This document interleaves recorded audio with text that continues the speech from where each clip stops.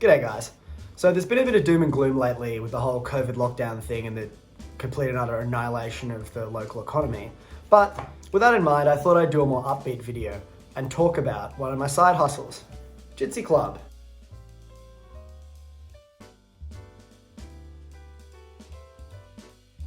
A Brazilian Jiu-Jitsu apparel business. So what I thought I'd do is do a short history, a brief business breakdown, and some lessons I got out of it, and what to do if you want to start an apparel business.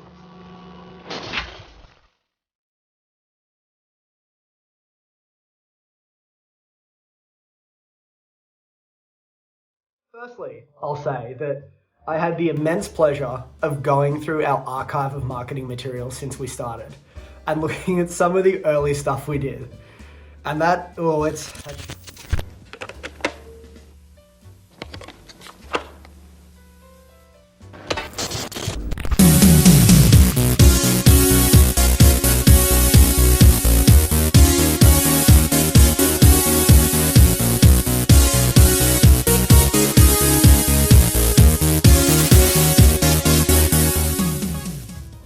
here's lesson one.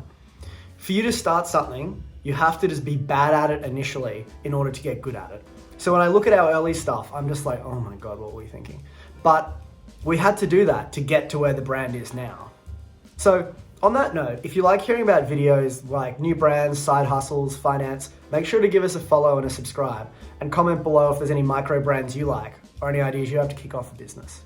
Let's talk about Jitsy Club. For a high level, Jitsy Club is a Brazilian Jiu-Jitsu apparel and accessories business my friend and I started. I started this business with my friend Huynh. He is the design guy for this business, design marketing guy. I'm the business guy for this business. So if you think about it, I'm the brains, he's the looks, essentially. We've been friends for a while and we've been having subtle beefs on the mats. We both do Jiu-Jitsu. And there's been a nearly running joke for a couple of years that was like, oh, we should start an apparel brand together. And it's been a joke because I universally say never start an apparel brand because it's so difficult to do them successfully. You need to either have a big following or a huge amount of capital. The barrier to entry for apparel is so low that every man and his dog can start a business. With that in mind, we sort of started this as a joke. Our thesis when we started this business was we should do finger tape. What's finger tape? Well, it's pretty self-explanatory. It's tape you put on your fingers to protect your fingers because you do a lot of gripping in Brazilian Jiu-Jitsu and it cooks your hands. We thought maybe we could do a finger tape business. We looked online, we went on Alibaba, we figured out the margins on tape were okay, so we thought, oh, we'll give that a go. However, we hit our first problem. The minimum order quantity, if we wanted custom branded tape like this, is 5,000 rolls. So we had to decide whether or not we could sell 5,000 rolls of tape. We bought it, we got it over here, shit. We started working. That was in 2018, it's now August 2021, and we've now sold probably 3,500 out of the 5,000 rolls. We use it as a promotional item a lot, so that was pretty cool. Next step was, we needed to build a website and a social media presence. We started off with a little Shopify site. Shopify is a great way to start an e-commerce store. It takes like 5 minutes to set up. It's all plug and play. Shopify even has a built-in payment gateway. We just plugged in Afterpay and PayPal. Off we went, started an Instagram profile, started giving out free tape to promote our brand. Next step, let's get some apparel going. So we did a couple of t-shirt runs, but the issue we have with t-shirts is any man and his dog can produce a t-shirt and sell it. You literally just get a design, get some t-shirts from AS Color, throw them through a screen printer and put them up. So we needed a point of differentiation to grow our brand, and we decided on rash guards. Now, again, rash guards are something we use in Brazilian Jiu-Jitsu because you're wrestling with people and sweating on someone is fucking disgusting. And what do you know? I just so happen to have a rash guard right here. Now, we had to source our rash guards from somewhere. Now, if you've done Brazilian Jiu-Jitsu for more than 10 seconds, you would have no doubt gotten numerous messages from Pakistani rash guard and gi manufacturers asking you to buy their wares. For some reason, Pakistan is the martial arts apparel manufacturing capital of the universe, and they're always there. So we started sampling them. We started paying money to Pakistan to hope these guys sent us goods. And it took a pretty long time, but we found a decent supply with decent margins, who was consistent. So we started ordering from them, started making some rash guards. Then we had a few rash guards we were selling. So now we have tape, t-shirts, rash guards. Now, the final step in a Brazilian Jiu-Jitsu apparel brand is gis. Gis are the big item. Gis are the pajamas you wear when you're doing the sport. Now, gis are expensive, about $200, and most people only have 2, maybe 3 gis. So these are an expensive item that don't move very often, but you need to have them because they're core to your brand. We did a gi run. We sold those out. Did another gi run. Sold those out. And now we do probably 2 gi runs a year because they're expensive and the limited quantity of people that'll buy a gi. So now we're slowly ticking along with the business, and it's really a hobby business for us. It's just a cool creative project. We had a few gyms ask us if we'd do custom rash guards for them. And so we designed something up that was kind of cool, sent it to them, they loved it. And then I thought, not many people are doing really good custom rash guards these guys. Like, a lot of people are just slapping the logo on and just printing them out and calling it a day. They sort of look like garbage, no offense, but they do. Our thing is we wanted really slick collaborations with gyms that members would be proud to wear and nearly collect like streetwear. So we started doing collabs with gyms. We've probably done about 25 or 30 collabs now, which I'll flash a few up in the background. They look sick, they look awesome, the gyms love them, and so that's what we're focusing on now. What lessons can we draw from this business? The apparel business I told everyone not to start.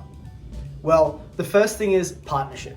To do an apparel business, you need to have a couple of skill sets. So the key expenses in an apparel business are marketing, design, and cost of goods. So cost of goods you can't do much about other than manage your suppliers, but the marketing and design you can. So the only reason I went in and decided to do this business is my business partner, Huynh, is a graphic designer himself and has a media company. That gives us a huge advantage because we can produce designs, produce goods, and produce content quite efficiently and cheaply. If we had to do this from scratch and it was just me, I'd have to spend so much on digital marketing that it probably wouldn't be viable. And this brings me back to a broader point about business partners. Now, a lot of people say, don't get in business partnership with your friends. And I've done businesses with both people I don't know well and people I know well.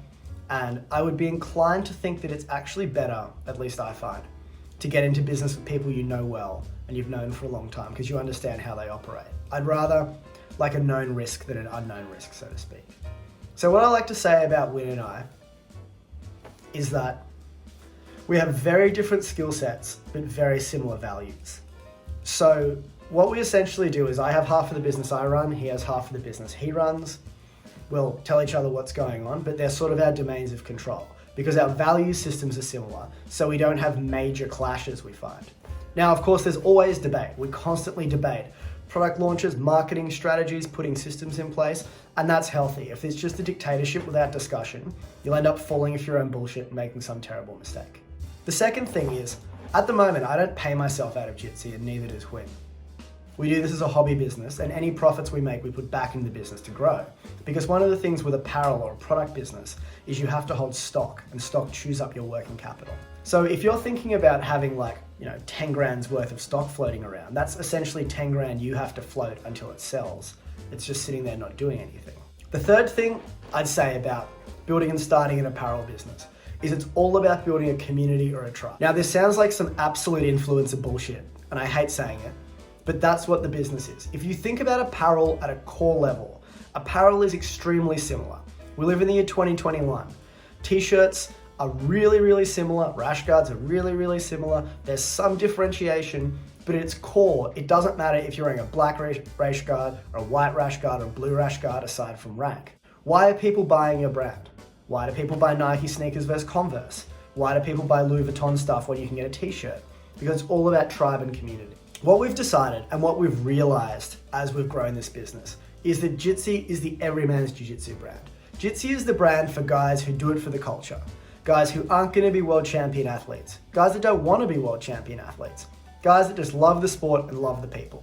So that's where our brand identity is. We're the guys for everyone. So when we rock up to a gym and we're wearing gear, people are like, oh, it's the Jitsy guys.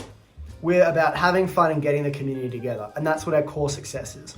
When I go through Shopify and look at how we run, we have so many return customers. We've got this loyal base of people who love what we're doing, and we love that they support us. And that to me is super cool. It's making it fun and building a community. And unless you can do that, and you have a method to do that, it's very difficult to scale an apparel brand because there's so many t-shirt brands, there's so many jiu-jitsu brands floating around. There needs to be a reason why people want to come on the journey with you.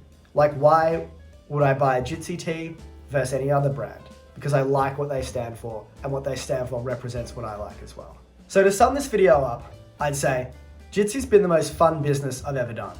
It's been super fun because selling apparel is really low stress, because at the absolute worst case scenario, you can refund the people and say sorry. No one's, a heart surgeon, no one's gonna die.